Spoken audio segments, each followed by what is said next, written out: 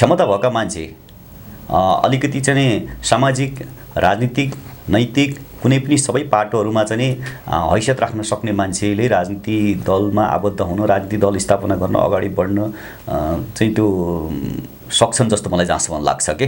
र अब रविजीको सवालमा पनि त्यो हो। अब उनले चाहिँ अब यो देश र समाजको लागि केही गर्छु भने राजनीतिक दल स्थापना गरेर आउनुमा त्यति धेरै उहाँले गर्नुहुन्न होला भन्ने एउटा चाहिँ राजनीति नबुझेको अथवा पत्रकारिता मात्रै बुझेको मान्छे होला, त्यहाँ चाहिँ आशंका रहने कुरा हुँदैन कि कोही पनि अब जानेर बुझेर त एकैचोटि आएको हुँदैन नि त। राजनीतिक दलमा पनि त त्यही हुन्छ नि त, बिस्तारै बिस्तारै क्रमिक रूपमा चाहिँ एउटा जिम्मेवारी पाउँदै चाहिँ नेता स्थापना भएका हुन्छ नि त। त्यो हो क्या विशेष गरी प्रधानमन्त्री।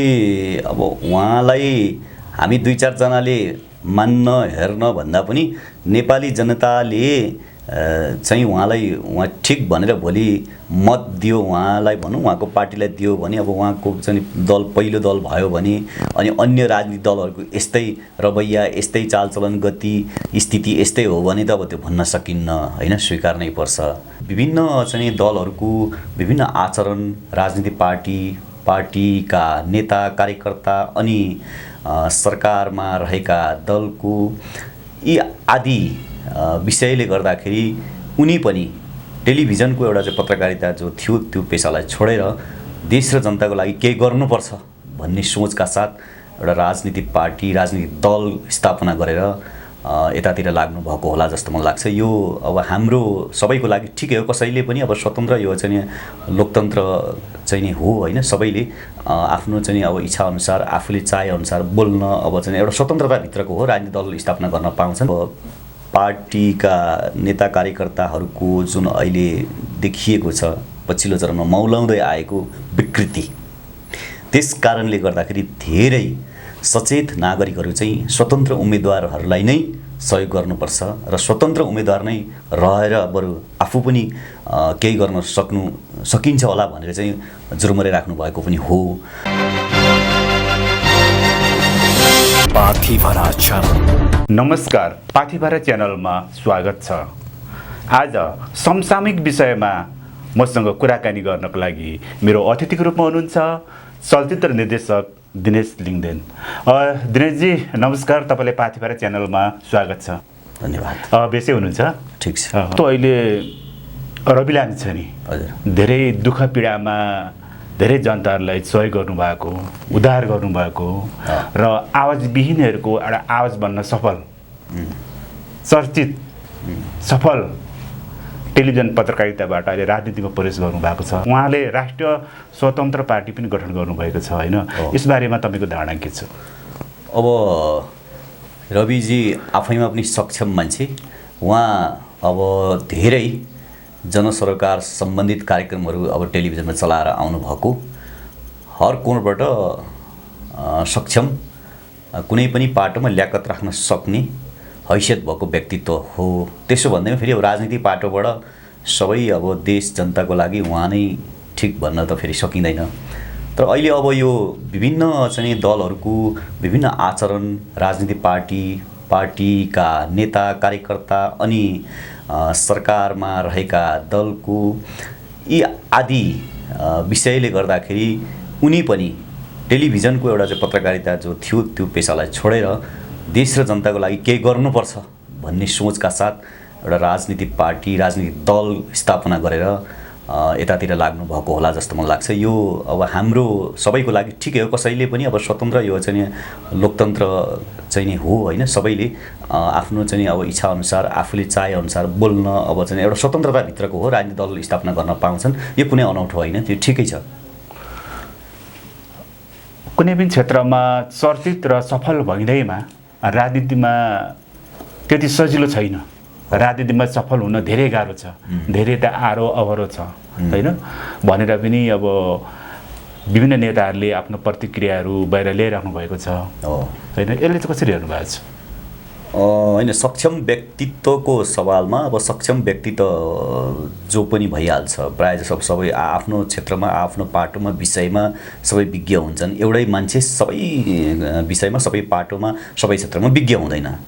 त्यसो भएकोले गर्दाखेरि अब जहाँसम्म रविकै चाहिँ सवाललाई तपाईँले जोड्नु भयो, रविजी अब उहाँ एउटा चाहिँ राम्रो पत्रकार सक्षम नै हो त्यसो भएकोले गर्दाखेरि अब राजनीतिबाट नै प्रशिक्षित भएर आउनुपर्छ राजनीतिक दल स्थापना गर्न, राजनीतिमा होमिनको लागि भन्ने हुन्न के। राजनीति पाटोमा त्यसो भने त राजनीतिक दलहरूमा विभिन्न चाहिँ नि अब आर्थिक पाटो हुन्छ, त्यहाँनिर सामाजिक पाटो हुन्छ, नैतिक पाटो, धार्मिक, सांस्कृतिक, विदेशी, विद्यार्थी, मजदुर, किसान सबै पाटो हुन्छ नि त्यहाँ होइन। त्यसो भएकोले गर्दाखेरि राजनीतिक दलको कुनै पनि नेता पार्टी त्यो दलसँग सम्बन्धित उसले अलिकति स्कुलिङ भएर त आउँछ होला, तर सबै कुरा चाहिँ ऊ पनि विज्ञ हुँदैन, ऊ पनि चाहिँ सबै कुरा सर्वोपरि त हुँदैन नि त। त्यसले गर्दाखेरि क्षमता भएका मान्छे अलिकति चाहिँ सामाजिक, राजनीतिक, नैतिक कुनै पनि सबै पाटोहरूमा चाहिँ हैसियत राख्न सक्ने मान्छेले राजनीति दलमा आबद्ध हुन, राजनीति दल स्थापना गर्न, अगाडि बढ्न चाहिँ त्यो सक्छन् जस्तो मलाई जहाँसम्म लाग्छ के। र अब रविजीको सवालमा पनि त्यो हो, अब उनले चाहिँ अब यो देश र समाजको लागि केही गर्छु भने राजनीतिक दल स्थापना गरेर आउनुमा त्यति धेरै उहाँले गर्नुहुन्न होला भन्ने एउटा चाहिँ राजनीति नबुझेको अथवा पत्रकारिता मात्रै बुझेको मान्छे होला, त्यहाँ चाहिँ आशंका रहने कुरा हुँदैन कि। कोही पनि अब जानेर बुझेर त एकैचोटि आएको हुँदैन नि त। राजनीतिक दलमा पनि त त्यही हुन्छ नि त, बिस्तारै बिस्तारै क्रमिक रूपमा चाहिँ एउटा जिम्मेवारी पाउँदै चाहिँ नेता स्थापना भएका हुन्छ नि त, त्यो हो क्या विशेष गरी। रवि लामिछानेको पार्टीबाट के पनि आशा गर्नु सकिन्छ भने यसरी सरसर्ती हेर्दाखेरि उहाँले चाहिँ अब अन्य पार्टीहरूभन्दा अलिकति फरक एजेन्डा प्रस्तुत गर्नुभएको छ। जस्तो अब भातृ सङ्गठन, अब कार्यकर्ता नबनाउने होइन, नातावादका मान्छेहरूले चाहिँ पार्टीमा समावेश नगराउने होइन, र अब चन्दा नलिने, सहयोग नलिने लगायत अन्य धेरै अब अन्य पार्टीले उठाइरहेको विषयवस्तु एजेन्डाभन्दा पनि उहाँ फरक शैलीले प्रस्तुत गरेर अगाडि बढिराख्नु भएको छ होइन। अब यसले चाहिँ कसरी हेर्नुहुन्छ? आफ्नो त्यो धारणा हो, आफ्नो चाहिँ अब त्यो कन्सेप्ट विचार हो होइन। पार्टीको पनि आफ्नै विचार हुन्छ, सिद्धान्त हुन्छ, मार्गदर्शन अब चाहिँ के भन्छ चाहिँ कार्यदिशा हुन्छ, कार्यनिर्देश चाहिँ हुन्छ, कार्यनीति हुन्छ होइन, अब रणनीति हुन्छ। त्यसो हुँदाखेरि अब उहाँको पार्टीले अब त्यो जति उहाँले भन्नुभयो त्यो सबै अब त्यस्तै होला भन्न त सकिन्न, किनभने अब जिम्मेवारी त भोलि बाँडफाँड गर्नै पर्छ होला। अब उहाँले विद्यार्थी सङ्गठन नबनाउनु होला, उहाँले मजदुर चाहिँ अब किसान सङ्गठनहरू नबनाउनु होला, व्यवसायी सङ्गठन नबनाउनु होला, तर जिम्मेवारी चाहिँ दिनुहुन्छ जस्तो मलाई लाग्छ कि। एउटा विभाग छुट्याएर त्यो विभाग मार्फत गर्ने भन्ने हुन्छ होला, किन एउटा पार्टी अध्यक्षले नि सबै चाहिँ त्यसलाई के भन्छ नियमन गर्नु अनि त्यहाँ त्यसलाई ह्यान्डलिङ गर्नु होइन, आफैले त्यसलाई परिचालन गर्नु त सम्भव हुँदैन। विभाग छुट्याएर विभागबाट जिम्मेवारी दिने कुरो हुन्छ। अब चन्दाको जहाँसम्म कुरो छ, विषय छ, चन्दा त अब कुनै पनि पार्टीले नलिएको राम्रो हो, तर के हुन्छ भने कुनै पनि अब दलहरूलाई शुभेच्छुक अब भने शुभचिन्तक, त्यसका चाहिँ आस्था राख्ने समुदाय, व्यक्ति, व्यवसायी, अब देश विदेशमा रहनुहुने नेपाली जनता, नेपाली नागरिकहरूले चाहिँ ल तपाईँको पार्टीलाई सहयोग भनेर भोलि चाहिँ अब दिन चाहनुभयो भने सायद त्यो त उहाँले पनि लिनुहुन्छ होला। र चन्दा नै अब चाहिँ ल हामीले चाहिँ पार्टीलाई सहयोग, अब हाम्रो चाहिँ अधिवेशन आयो, हामीलाई चुनाव आयो, पैसा दिनुहोस् भनेर डिल गरेर यति देऊ भनेर अब कति त अब धम्कीपूर्ण पनि माग्ने हुन्छ होइन। राजनीतिक पार्टी कतिको त त्यस्तो पनि हुन्छन्। अब दलको उद्देश्य त नहोला, तर कार्यकर्ताले त्यसो पनि गर्छन्। त्यो उहाँले गर्नुहुन्न होला, अब जहाँसम्म लाग्छ त्यो उहाँले बुझ्नु पनि भएको छ, त्यो गर्नुहुन्न, त्यो राम्रो पाटो हो।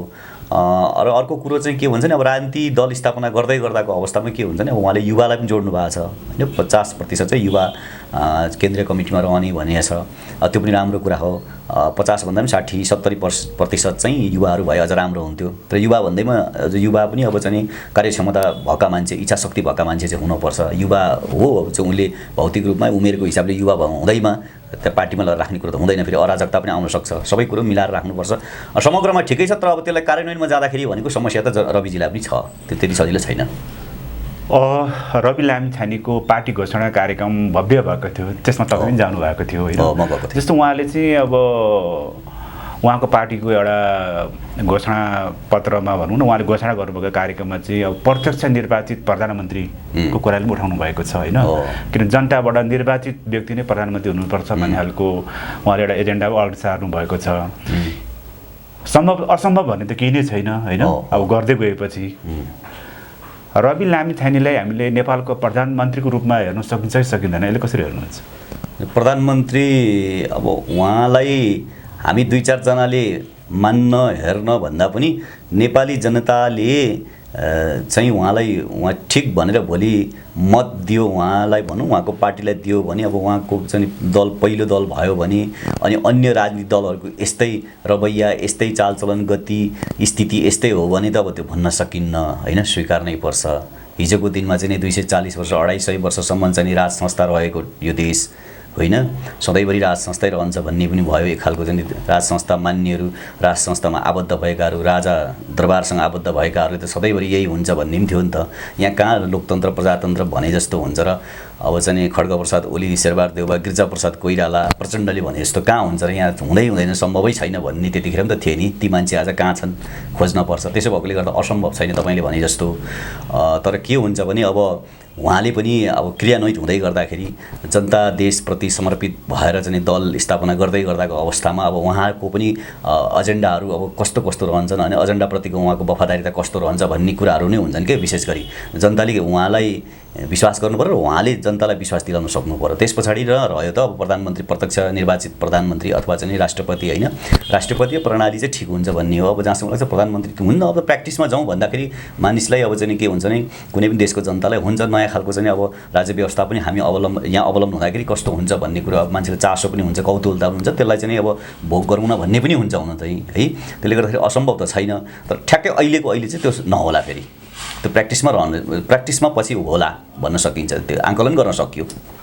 दिनेशजी, जस्तो अहिलेको राजनीतिमा जनताहरूले र अहिलेको युवाहरूले चाहिँ केही अब अलिकति परिवर्तन होइन, कि अब भाषण मात्रै गर्ने होइन, कि काम गर्ने एउटा व्यक्तिहरूको खोजीमा जनमत लागेको देखिन्छ र त्यसैको एउटा परिणामस्वरूप अहिले चाहिँ अब प्रदेश सङ्घीय अब चुनाव जो आउँदैछ त्यसमा चाहिँ अब उम्मेदवारी घोषणाको क्रम पनि जारी छ होइन। यसलाई चाहिँ कसरी हेर्नु भएको छ? स्वतन्त्र उम्मेदवारहरूको जुन अब अहिले उम्मेदवारी घोषणाहरू अहिले गरिराख्नु भएको छ विभिन्न स्थानमा, यसलाई चाहिँ कसरी हेर्नुहुन्छ? अब त्यो चाहिँ के हुन्छ भने उम्मेदवारी दिनु अनि चाहिँ मत दिनु त्यो भनेको मौलिक हक अधिकारभित्रको हाम्रो चाहिँ त्यो सुनिश्चितता होइन हो। त्यसो भएकोले गर्दाखेरि अब यो अधिकार प्रयोगमा ल्याउन पाइन्छ, कुनै अनौठो कुरो होइन।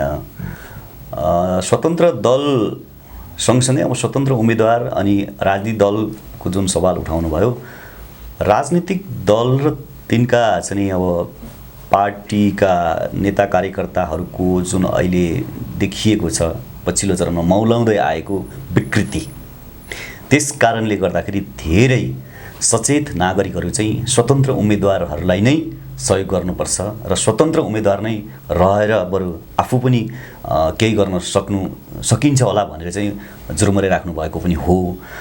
त्यस कारणले गर्दाखेरि विशेष गरी यसको दोष चाहिँ राजनीतिक दलहरू नै हुन्, जो राज्य सत्तामा रहेका छन् अथवा चाहिँ प्रतिपक्षमा रहेका छन्, उहाँहरूकै कारणले गर्दा हो। त्यसले गर्दाखेरि जनताले राजनीतिक दललाई, राजनीतिक दलका चाहिँ नेताहरूलाई विश्वास नगरेको अवस्था हो। वितृष्णा आइसक्यो अब जनतामा होइन पार्टीप्रति। त्यो कारणले गर्दाखेरि अब स्वतन्त्र नै हो। कुनै पनि अब नयाँ पार्टी, नयाँ दल स्थापना भएर नयाँ अनुहारहरू आए, नयाँ नेतृत्वहरू, नयाँ विचारहरू आए, अब दललाई पनि सहयोग गर्ने कुरो भयो। अब अहिले त्यस्तो दलहरू ठ्याक्कै नभएको कारणले गर्दाखेरि स्वतन्त्र व्यक्ति होइन अब चाहिँ निश्चल चाहिँ अब राम्रो छवि भएको सामाजिक रूपले, नैतिक रूपले हरेक तवरले चाहिँ निश्चल व्यक्तित्वलाई नै चुनेर अब चाहिँ प्रतिनिधि पठाउनुपर्छ स्थानीय सङ्घ प्रदेश जहाँ भए पनि भन्ने जनताको एउटा चाहिँ त्यो चेतना सहितको त्यो तयारी र एउटा अठोट पनि हो जस्तो मलाई लाग्छ। त्यसले गर्दाखेरि अहिले स्वतन्त्रतापट्टि नै धेरै झुकाव रहेको हो। कारण चाहिँ यो जस्तो तपाईँले भन्नुभयो, राजनीतिक दल र तिनका नेताहरूले चाहिँ जनताको एउटा आशा सोच अनुसार चाहिँ काम नगरेर एउटा वितृष्णा स्वरूप पनि जनमत स्वतन्त्रतिर आएको भनेर भन्नुभयो होइन। त्यो एक किसिमले ठिकै होला। र पछिल्लो समय काठमाडौँको मेयर बालेन शाह र धरानका मेयर हरकत सम्पाङ लगायत अन्य स्वतन्त्र उम्मेदवारहरूको जुन एउटा उहाँहरूप्रति जनताहरूको जनमत विश्वास बढेर गयो होइन। त्यसले गर्दाखेरि पनि अलिकति यो स्वतन्त्र उम्मेदवारहरू चाहिँ अलिकति हौसिनु भएको हो कि आखिरमा हामी चाहिँ एक किसिमले चाहिँ एउटा राम्रो एजेन्डा लिएर गएको मुद्दा जित्ने रहेछौँ भनेर सबैजना चाहिँ अब अलिक हौसिनु भएको हो कि कसरी हेर्नुहुन्छ? होइन, हौसिएर अनि कसैको कुराहरूलाई देखेर सुनेर अर्काको चाहिँ राम्रै भयो भनेर त्यो भन्छ नि, अब हामीले चाहिँ नेपाली भाषामा हाम्रो चाहिँ उखान तुक्का भनौँ या त्यसलाई हामी परापूर्वकालदेखि भनेर आएको एउटा चाहिँ भनाइ छ नि, अर्काको देखासिखी गरेर त हुँदैन। उहाँहरूको पनि क्षमता थियो, हैसियत थियो, योगदान थियो समाजको लागि, परिवर्तनको लागि केही गर्छु भनेर एउटा सोच भिजन लिएर आउनु भएको थियो होइन, एउटा कन्सेप्ट थियो र न फेरि उहाँहरू चाहिँ नि जनताको चाहिँ मत कलेक्सन गर्न सक्नुभयो होइन। त्यसले गर्दाखेरि उहाँहरूले गर्नुभयो, हामी पनि सकिन्छ भनेर त्यसरी त हुँदैन।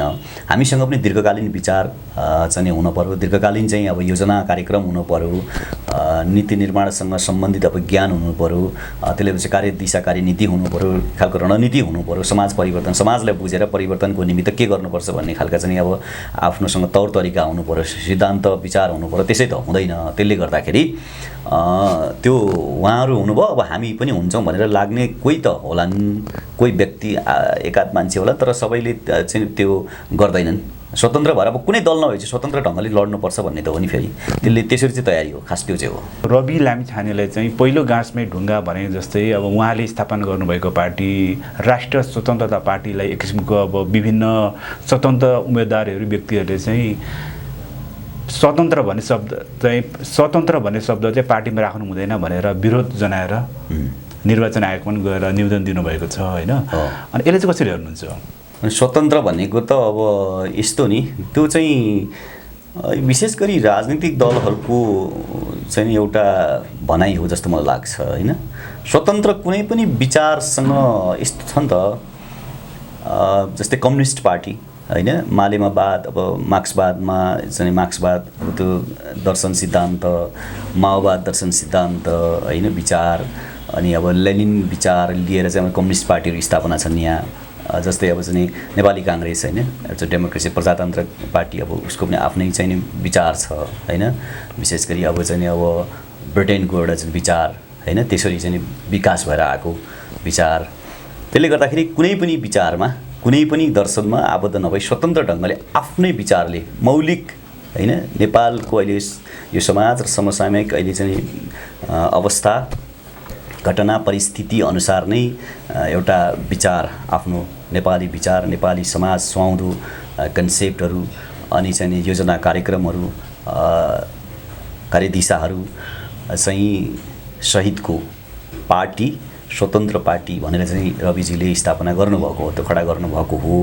अब यसलाई कतिले बुझेको छैनन्, कतिले नबुझेको हो, कतिले बुझेर पनि यसलाई जबरजस्ती चाहिँ यो स्वतन्त्र भन्ने पार्टी नै हुँदैन भन्ने, अब कसको नाममा राख्ने त? अब चाहिँ गान्धी पार्टी भन्ने, बिपी पार्टी भन्ने कि होइन, हुन्छ नि त। अब समाजवाद भन्दा पनि अब समाजवाद पनि काहीँ न काहीँको विचारबाट त्यो लैस भएको हुन्छ। त्यसले गर्दाखेरि स्वतन्त्र नेपाली जनको लागि, नेपाली जनताको लागि, यो समाजको लागि, यो देशको लागि स्वतन्त्र विचार, आफ्नै विचार, मौलिक विचार, यहाँको सुहाउँदो माटो सुहाउँदो, जनता सुहाउँदो, जनताको भलाइ हुने होइन, त्यो विचार बाहिरबाट नआउने विचार भनेको के। विदेशीहरूको विचार ल्याउने, विदेशीहरूको भोलि हस्तक्षेप हुन्छ नि त।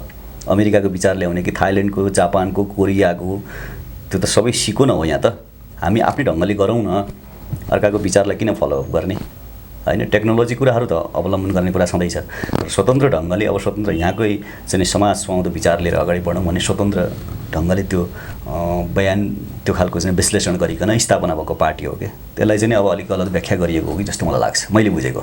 तपाईँले स्वतन्त्र उम्मेदवारहरू र रवि लामिछानेको विषयमा आफ्नो एउटा गहन आफ्नो कुराहरू राख्नुभयो, त्यसको लागि धन्यवाद। र अब म तपाईँलाई अलिक फरक प्रसङ्गमा लैजान चाहन्छु। जस्तो तपाईँ भर्खरै तपाईँ एउटा चलचित्र निर्देशक पनि हुनुहुन्छ, सफल चलचित्र निर्देशक हुनुहुन्छ। भर्खरै ताप्लेजुङमा लिम्बू भाषाको चलचित्र रितको छायाङ्कन सकेर आउनुभएको छ होइन। यो चाहिँ अहिले कहाँ पुग्यो, कसरी अगाडि बढिरहेछ र रित चलचित्र कहिलेसम्म दर्शकहरूले हेर्न चाहनुहुन्छ?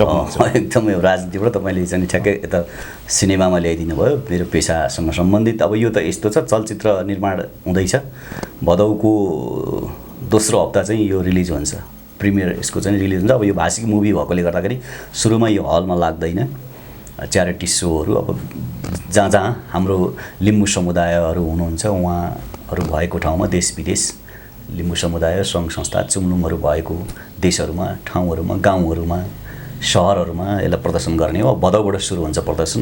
अहिले यसको पोस्ट प्रोडक्सन सकेर अब डबिङको तयारी हुँदैछ। त्यसो अब गतिमा छौँ हामी निरन्तर। यसले नै हामीलाई धेरै अल्मल्यायो भन्दा यता व्यस्त भइयो। त्यसले राजनीतिसँग पनि त्यति अपडेट गर्न पाइएन कि राजनीतिको अब इच्छा हुँदाहुँदै एउटा चाहिँ हामी राजनीति कार्यकर्ता हुँदाहुँदै राजनीतिको विद्यार्थी हुँदाहुँदै पनि राजनीतिसँग त्यति धेरै नजिक हुन पाइएन कि अहिले चलचित्रले गर्दाखेरि। त्यसरी अब क्रमिक रूपमा भइराखेको छ। मेरो फिल्म पनि हुँदैछ। जस्तो तपाईँ एउटा जिम्मेवारी व्यक्ति हुनुहुन्छ, एउटा राजनीतिक सामाजिक समुदायको लागि पनि तपाईँले काम गरिराख्नु भएको छ होइन? तपाईँ एउटा चलचित्र निर्देशक हुनुहुन्छ। लिम्बू भाषाको चलचित्र सायद तपाईँको पहिलोचोटि हो। प्रदर्शनको क्रममा अगाडि बढिराख्नु भएको छ। अब तपाईँ कसरी अगाडि बढ्नुहुन्छ? आफ्नो लिम्बू भाषाको चलचित्र रितलाई मात्रै प्रचार र दर्शकलाई हेर्नको लागि प्रेरित गर्नुहुन्छ कि सबै लिम्बू भाषाको चलचित्रहरूलाई चाहिँ अब एउटा चल्ने एउटा वातावरण पनि बनाउनुहुन्छ कि तपाईँ एउटा जिम्मेवारी व्यक्ति पनि हो? कसरी हेर्नुहुन्छ यसलाई चाहिँ? अब सबै पनि अब लिम्बू मात्रै होइन, जति पनि विशेष अहिले लिम्बूको कुरा गर्दा लिम्बू हाम्रो त अब हाम्रो भाषा संस्कृतिसँग सम्बन्धित फिल्महरू त अब बनाइरहनुपर्छ।